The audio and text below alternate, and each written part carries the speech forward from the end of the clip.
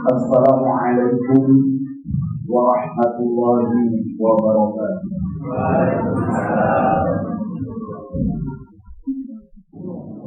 Allahu Akbar, Allahu Akbar, Allahu Akbar, Allahu Akbar, Allahu Akbar, Allahu Akbar, Allahu Akbar, Allahu Akbar, Allahu Akbar, La ilaha illallah, Allahu Akbar, Allahu Akbar, walillahil hamd. Allahu Akbar, Allahu Akbar, Allahu Akbar kabira, walhamdulillahi kabira, wa subhanallahi bukratan wa asila. Allahu Akbar, Allahu Akbar, walillahil hamd. Alhamdulillah, alhamdulillahilladzi ja'ala al-ahyana masarratan wa dhiyafah likulli ghaniyin wa faqirin, wa zayyanaha bil-tahlil wat-tahmid wat-takbir. Asyhadu an la ilaha illallah wahdahu la syarika lahu wa huwal azizul ghaffar, wa asyhadu anna sayyidana Muhammadan abduhu wa rasuluh, afdal man shalla wa nahar wa hajja wa i'tamar. Allahumma shalli wa sallim wa barik ala sayyidina Muhammad wa ala alihi wa ashabihi al-baratil haqiyah. Amma ba'du, fa ya ayyuhal muslimun al-hadirun, usikum wa nafsi bi taqwallah, faqad faza al-muttaqun. Allah subhanahu wa ta'ala fil Qur'anil Karim wa huwa asdaqul qailin. A'udzu billahi minasy syaithanir rajim. Ya ayyuhalladzina amanu ittaqullaha haqqa tuqatih wa la tamutunna illa wa antum muslimun. Allahu akbar, Allahu akbar, Allahu akbar, walillahil hamd. Ma'asyiral muslimin, sidang hari raya Idul Adha rahimakumullah. Dengan rahmat dan izin Allah Subhanahu wa taala, alhamdulillah, pada hari ini kita telah dipertemukan kembali dengan suatu hari yang sangat mulia, hari yang penuh rahmat dan berkah, hari yang telah diistimewakan oleh Allah dengan berbagai macam keistimewaan, yaitu hari raya Idul Adha, hari raya Idul Kurban yang kita sambut dan kita rayakan dengan penuh bahagia dan sukacita. Allahu Akbar, Allahu Akbar, Allahu Akbar, walillahil hamd. Di dalam momentum hari raya Idul Adha yang kita rayakan pada hari ini, ada 3 peristiwa penting yang mengandung nilai-nilai pelajaran, mengandung nilai-nilai pendidikan, yang mengandung nilai kemuliaan di dalam kehidupan ini, yang perlu kita kaji bersama dan kita ambil hikmah dan manfaat yang terdapat di dalamnya. Di antara hikmah yang sangat besar pelajaran yang bisa kita ambil di dalam peristiwa hari raya Idul Kurban pada hari ini. Yang pertama ialah tentang nilai-nilai yang terkandung di dalam doa takbir, bagaimana yang saya ucapkan mulai tadi malam pagi sampai 3 hari yang akan datang. Yang kedua ialah nilai-nilai atau hikmah yang terkandung di dalam pelaksanaan sholat Idul Adha. Berikutnya nilai-nilai yang terkandung di dalam pemotongan hewan kurban. Dan yang terakhir nilai-nilai yang terkandung di dalam pelaksanaan ibadah haji bagi saudara-saudara kita yang sedang menunaikan haji pada saat ini. Allahu Akbar, Allahu Akbar, walillahil hamd. Ma'asyiral muslimin rahimakumullah. Yang pertama ialah tentang hikmah atau nilai-nilai kebaikan yang terdapat dalam sunnah takbir. Bagaimana yang sudah kita lakukan sejak tadi malam, insya Allah sampai 3 hari yang akan datang. Di dalam lantunan suara takbir, yang kita ucapkan semenjak tadi malam sampai dengan 3 hari yang akan datang.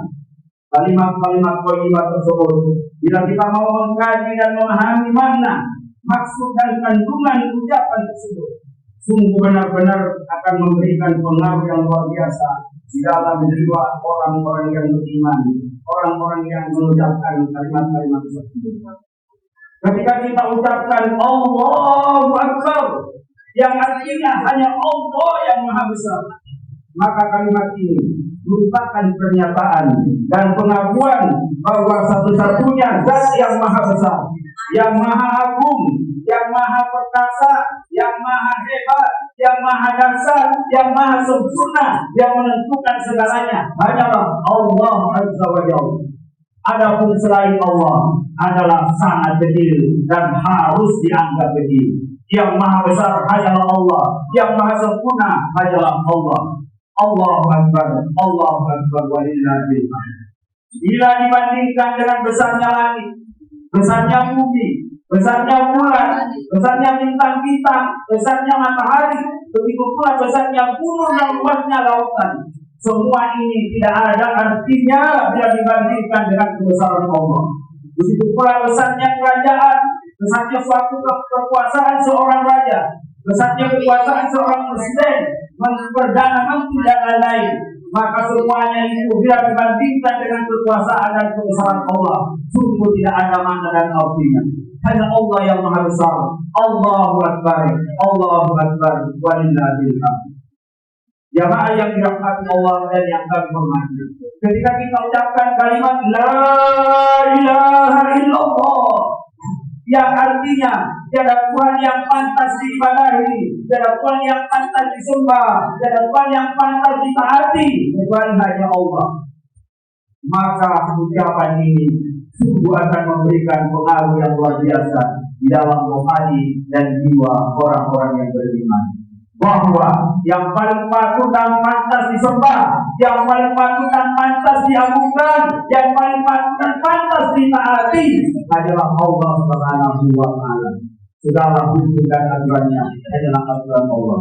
Kita terkadang lebih takut kepada aturan yang dibuat oleh manusia daripada aturan-aturan yang ditetapkan oleh Allah. Allahu Akbar, Allahu Akbar walillahil hamd.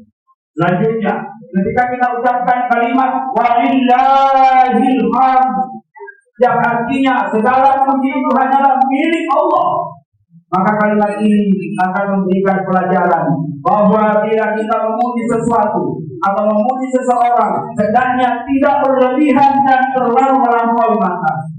Jangan sampai kita menjadi sombong, merendahkan orang lain. Akan tetapi hendaknya kita segera kembali kepada Allah, bahwa semua yang ada ini hanyalah milik Allah. Semuanya, termasuk diri kita, harta kita, milik kita, nyawa kita, roh kita, semuanya itu pasti akan kembali kepada Allah Subhanahu wa Ta'ala. Allahu Akbar, Allahu Akbar walillahil hamd. Selanjutnya, nilai-nilai kebaikan yang perlu kita ambil hikmahnya pada saat ini ialah tentang nilai-nilai kebaikan, nilai-nilai pendidikan yang terdapat di dalam perintah sholat Idul Adha sebagaimana yang kita kerjakan saat ini. Seperti kita ketahui bahwa ibadah sholat, baik sholat wajib maupun sebagian sholat sunat, termasuk di dalamnya sholat Idul Adha yang kita kerjakan pada saat ini, itu semuanya diperintahkan oleh Allah agar dikerjakan secara berjamaah. 5 kali dalam sehari semalam kita diperintahkan oleh Allah untuk sholat dengan berjamaah. 1 kali dalam sepekan, dalam seminggu kita diwajibkan oleh Allah untuk melaksanakan sholat Jumat dengan cara berjamaah, dalam bentuk berjamaah. 1 tahun 2 kali kita diperintahkan oleh Allah untuk melaksanakan sholat Idul Fitri dan juga Idul Adha, semuanya dengan cara berjamaah. Peristiwa ini memberikan pengajaran, pendidikan kepada umat Islam, kepada orang-orang beriman, bahwa betapa pentingnya kita hidup dengan cara berjamaah. berjamaah dalam satu sistem yang sama, yakni hidup dalam sistem Islam. Karena berjamaah itu artinya bersatu, berjamaah itu artinya berkumpul, berjamaah juga artinya bersama-sama. Dan lawan kata dari berjamaah adalah bercerai-berai, berantakan dan hidup bermusuh-musuhan, dan itu tentu tidak diinginkan oleh Allah Subhanahu wa Ta'ala. Bahkan secara berjamaah pula kita harus berupaya menegakkan dinullah, agama Islam yang kita cintai. Allahu Akbar, Allahu Akbar, walillahil hamd. Dengan hidup berjamaah dalam sistem Islam, maka hidup kita akan menjadi mudah karena langkah dan geraknya selalu bersama-sama, aturannya sama-sama, pemimpinnya sama-sama, tujuannya pun sama, dan dengan demikian akan terpelihara hubungan silaturahmi, tali persaudaraan di antara sesama orang-orang beriman, di antara sesama umat Islam. Terjadilah kebersamaan, terwujudlah persaudaraan Islam, akan lahirlah sikap tolong menolong, rasa peduli terhadap sesama muslim, bukan sebaliknya terhadap orang yang berbeda agama dan keyakinan. Sebagian umat Islam bisa hidup saling bekerja sama, bisa saling rukun, akan tetapi terhadap saudaranya sendiri, terhadap sesama muslim malah terjadi sebaliknya. Hidup saling bermusuhan, saling menjatuhkan, saling menggolimi, bahkan saling bunuh-membunuh. Nauzubillah min dzalik. Allahu Akbar, Allahu Akbar, walillahil hamd. Betapa pentingnya menjaga kebersamaan, betapa pentingnya menjaga persatuan, betapa pentingnya menjaga persaudaraan sesama Islam. Maka Allah dan Rasulnya banyak sekali memberikan petunjuk di dalam kitab suci Al-Quran maupun sunnah-sunnah Rasulullah SAW. Yang antara lain Allah Subhanahu wa Ta'ala berfirman, A'udzu billahi minasyaitonir rajim. Wa'tasimu bihablillahi jami'an wa la tafarraqu. Wadhkuru ni'matallahi 'alaikum إذ كنتم أعداء فألف بين قلوبكم فأصبحتم بنعمته إخوانا وكنتم على شفا حفرة من النار فأنقذكم منها كذلك يبين الله لكم آياته لعلكم تهتدون. Dan berpegang teguhlah kalian wahai orang-orang beriman, orang-orang Islam, bihamdillah kepada kalian Allah, yakni agama Islam, jami'an secara keseluruhan. Wala tafarraqu, jangan coba-coba kalian bercerai-berai atau berpecah belah. Dan ingatlah akan nikmat Allah kepadamu ketika dahulu suatu saat kamu hidup saling bermusuhan, lalu Allah menjadikan hati kalian lembut sehingga akan terjadi hidup saling bersaudara di antara kalian karena nikmatnya. Dan ketika itu Anda sudah berada di tepi jurang api neraka, akan tetapi Allah menyelamatkan kalian. Yang demikian itu Allah menerangkan kepada kalian ayat-ayatnya agar mendapat petunjuk. Quran surat ketiga ayat 103. Selanjutnya sahabat Nabi yang bernama Umar radhiyallahu anhu pernah berpesan akan pentingnya kita menjaga persaudaraan, menjaga persatuan, menjaga perkumpulan dan sebagainya. Sampai-sampai beliau bersabda di dalam sebuah kisahnya. Kata Khalifah Umar, la Islam illa bil jamaah. Islam itu tidak ada kekuatan, Islam itu tidak akan direken orang illa jamaah, kecuali umatnya mau bersatu padu, mau berkumpul, mau berjamaah dan menjaga persatuan dan persaudaraan. Wala imarata, akan tetapi jamaah juga tidak akan mungkin tegak bila kita tidak memiliki pemimpin, yakni sistem kepemimpinan Islam. Kepemimpinan Islam juga tidak akan terwujud illa biqa'ah, kecuali kita dalam melakukan ketaatan. Hadis riwayat Umar bin Khattab. Jamaah yang dirahmati oleh Allah, sampai-sampai Rasulullah SAW juga menekankan kepada kita saking pentingnya hidup berjamaah, memelihara persaudaraan dan persatuan di antara kita. Beliau bersabda, al-jama'atu rahmatun wal furqatu adzabun. Hidup dalam sistem berjamaah, hidup dengan bersatu padu, menjaga tali persaudaraan di antara sesama umat Islam, maka akan mendatangkan, akan mengakibatkan turunnya rahmat Allah Subhanahu wa Ta'ala. Sebaliknya, orang yang hidup berpecah belah, orang hidup yang saling bermusuhan, apalagi di antara kita sesama orang-orang beriman, maka Allah akan menurunkan, akan mengundang datanya azab dan malapetaka dari Allah Subhanahu wa Ta'ala. Waliyadu billah, kita mohon berlindung kepada Allah. Lalu hikmah yang ketiga yang bisa kita jadikan, yang bisa kita ambil sebagai pelajaran di dalam merayakan hari raya Idul Adha pada pagi hari ini ialah hikmah yang terkandung di dalam perintah pemotongan hewan kurban.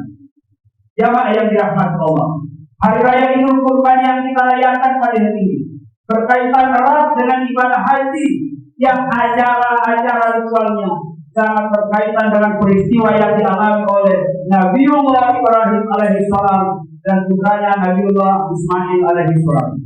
Ibrahim adalah seorang nabi yang sangat agung, yang sangat diagungkan oleh agama-agama yang dari langit yang ada. Hal ini disebabkan karena ketulusannya, karena kesabarannya, karena ketaatannya, karena kecintaannya terhadap Allah Subhanahu wa taala yang sangat luar biasa yang dijalankan oleh Nabiullah Ibrahim maupun putranya Nabiullah Ismail, yaitu perintah untuk mengorbankan seorang putranya yang bernama Ismail alaihissalam hanya semata-mata karena cintanya kepada Allah Subhanahu wa taala. Maka jamaah yang dirahmati oleh Allah, peristiwa ini hanyalah merupakan pujian Allah kepada orang-orang yang beriman. Sebenarnya hakikat kurban yang diinginkan oleh Allah bukan untuk mengorbankan orang lain seperti yang terjadi pada diri Ismail alaihissalam, tetapi yang diinginkan oleh Allah adalah agar orang-orang beriman ini mampu dan mau mengorbankan atau membuat sifat-sifat binatang yang ada di dalam dirinya. Oleh karena itu, peristiwa kurban yang dialami oleh Nabiullah Ibrahim dan putranya alaihissalam yang kita rayakan pada hari ini harus mampu mengingatkan dan memberikan pelajaran kepada kita sekalian bahwa yang harus kita korbankan bukanlah manusia, dan tidak pantas kita mengorbankan manusia, tidak pantas kita mengorbankan orang lain. Akan tetapi yang harus kita korbankan ialah, yang harus kita korbankan, yang harus kita sembelih, yang harus kita buat, bahkan yang harus kita bunuh ialah sifat-sifat binatang yang ada di dalam diri manusia yang menghambat untuk mendapatkan ridho Allah, bahkan akan memasuki surga Allah. Sifat-sifat binatang yang sangat berbahaya yang banyak menimpa manusia dewasa ini, bahkan dapat membawa manusia menjadi terhina dan jatuh martabatnya di sisi Allah Subhanahu wa taala maupun di mata manusia adalah hilangnya rasa malu. Saat ini zaman sekarang ini banyak orang-orang beriman tadi tidak punya rasa malu, ya. Tidak ada rasa takut akan azab dan hukuman Allah, sehingga dirinya dikuasai oleh sifat-sifat binatang.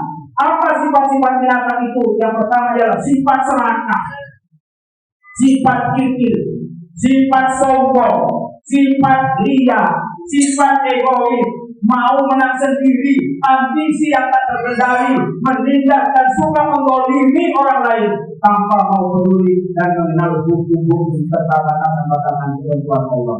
Sifat-sifat binatang tersebut bila tidak dibunuh, bila tidak dibeleh, bila tidak dibuang, maka sekali lagi sungguh benar-benar akan sangat merugikan dan mencelakakan diri manusia itu sendiri. Sungguh sangat sulit untuk bisa mendapatkan rahmat maupun karunia dari Allah Subhanahu wa taala. Oleh karena itu, dalam pelaksanaan ibadah kurban hari ini, hendaknya kita tidak terjebak dalam masalah ritual kurbannya saja, akan tetapi hendaknya kita mampu memahami, mengamalkan masalah-masalah pesan moral, nilai-nilai pendidikan, nilai-nilai kebaikan yang terkandung di dalam perintah ibadah kurban ini. Selanjutnya, perintah Allah dan Rasulnya agar daging kurban itu dibagikan kepada orang-orang yang berhak menerimanya, yaitu para kaum fuqara wal masakin. Ini memberikan pelajaran kepada kita betapa pentingnya, betapa ketinggian dan keagungan ajaran Islam yang selalu menekankan pentingnya kita saling memperhatikan, yaitu aspek-aspek sosial di dalam kehidupan ini. Orang beriman sangat menyadari bahwa kita hidup tanpa bantuan orang lain tentu merupakan hal yang mustahil. Karenanya hubungan dengan sesama manusia harus tetap terpelihara. Antara lain wujudnya adalah dengan membagikan daging kurban kepada orang-orang yang membutuhkannya. Sebagaimana tentu pedulian kita yang dijelaskan oleh Allah Subhanahu wa taala di dalam surat Al-Ma'un. Ara'aital ladzi yukadzibu biddin. Tahu orang-orang yang mendustakan agama. Siapa orang-orang yang anggap mendustakan agama oleh Allah? Fadzalical ladzi yad'ul yatim. Itulah orang-orang yang membiarkan nasib anak yatim menderita karena tidak ada yang menguruskan tangannya. Wala yahuddu ala ta'amil miskin. Dan orang-orang yang tidak peduli terhadap kehidupan orang-orang miskin.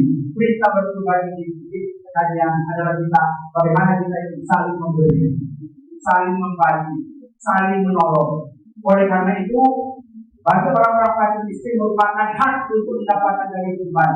Lantas orang-orang yang mampu boleh diberikan sekedar sebagai hadiah. Itu pula orang-orang yang berbeda keyakinan dengan kita boleh juga kita berikan sebagai hadiah. Tapi bukan hak untuk orang-orang.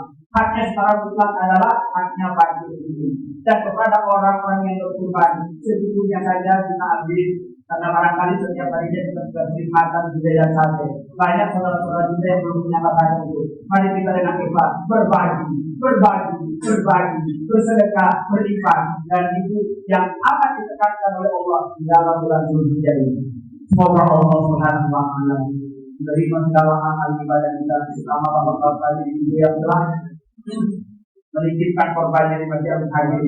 Insya Allah dengan keikhlasan bapak-bapak sekalian, Allah akan membalas, nanti diberikan rezeki yang lebih banyak lagi, akan dilipat gandakan pahalanya.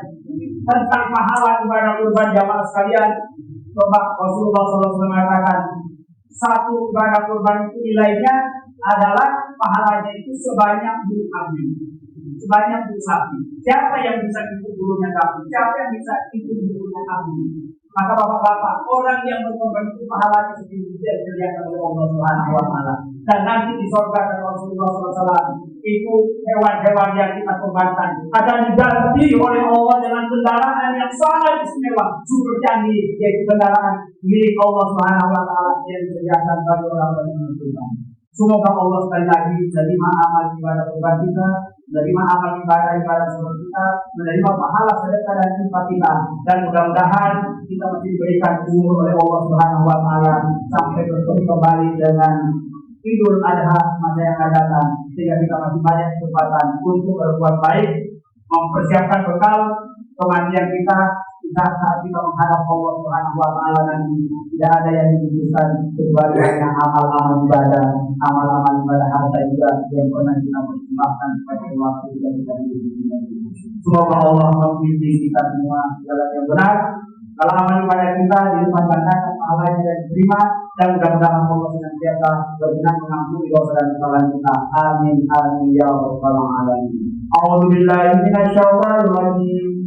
Bismillahirrahmanirrahim. Wal 'asri innal insana lafi khusrin illa alladziina aamanu wa 'amilus shalihati wa tawassaw bil haqqi wa tawassaw bis sabr.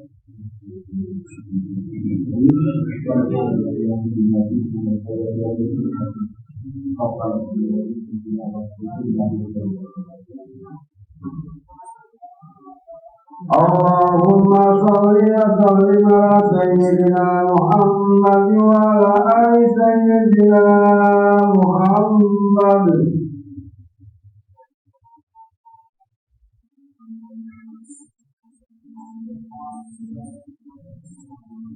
Innal hamdalillah wassalatu wassalamu ala rasulillah. Asyhadu an la ilaha illallah wahdahu la syarika lah wa asyhadu anna sayyidana Muhammadan abduhu wa rasuluhu la nabiyya ba'dahu. Allahumma shalli wa sallim wa barik ala sayyidina Muhammad wa ala alihi wa sahbihi wa mawala. La haula wa la quwwata illa billah.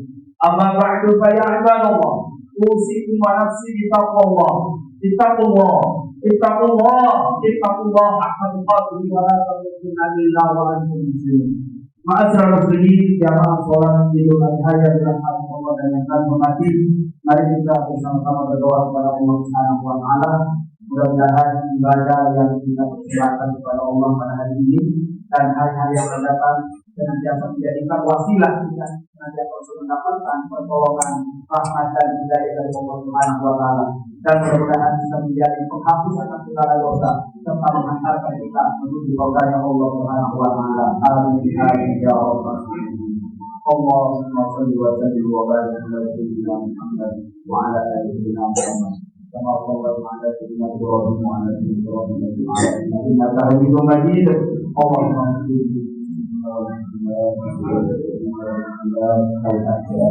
الأول إنك تسمع قريب مجاب الحاجة اللهم أرنا الحق حقا وارزقنا اتباعه وأرنا الباطل باطلا وارزقنا اجتنابه ربنا ظلمنا أنفسنا وإن لم تغفر لنا وترحمنا لنكونن من الخاسرين ربنا آتنا في الدنيا حسنة في الآخرة حسنة وقنا عذاب النار والحمد لله رب العالمين عباد الله إن الله يأمر بالعدل والمنكر والبغي لعلكم تذكرون ولذكر الله أكبر والله يعلم ما تصنعون السلام عليكم ورحمة الله وبركاته.